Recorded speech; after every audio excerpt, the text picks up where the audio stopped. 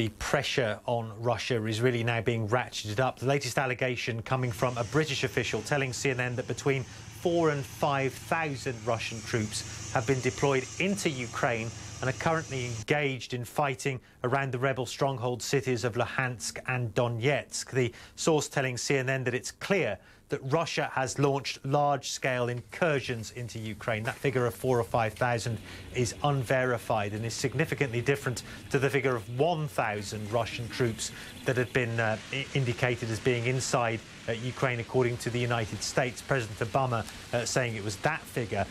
All of these figures, though, have been categorically denied by the Russians. The Kremlin saying that it's purely conjecture that there are any reports at all of Russian forces in combat operations inside Ukraine. Take a listen to the Russian Foreign Minister, Sergei Lavrov. It's not the first time allegations have been made.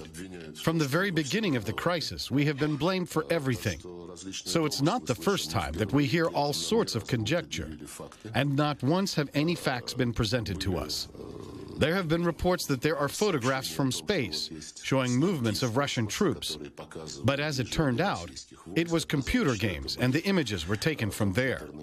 And the latest allegations are more or less of the same kind. Well, the rhetoric on the Russian side also being ratcheted up, with Vladimir Putin comparing the fighting in eastern Ukraine to the siege of Leningrad, St. Petersburg, of course, his hometown, by the Nazis in the Second World War. He also delivered this stark warning against any kind of military response to what's taking place by the West in Ukraine, saying this: "I hope everyone understands that it's better not to mess with Russia.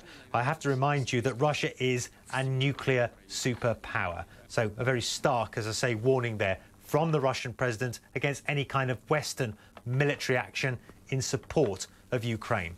Matthew Chance, CNN, Moscow.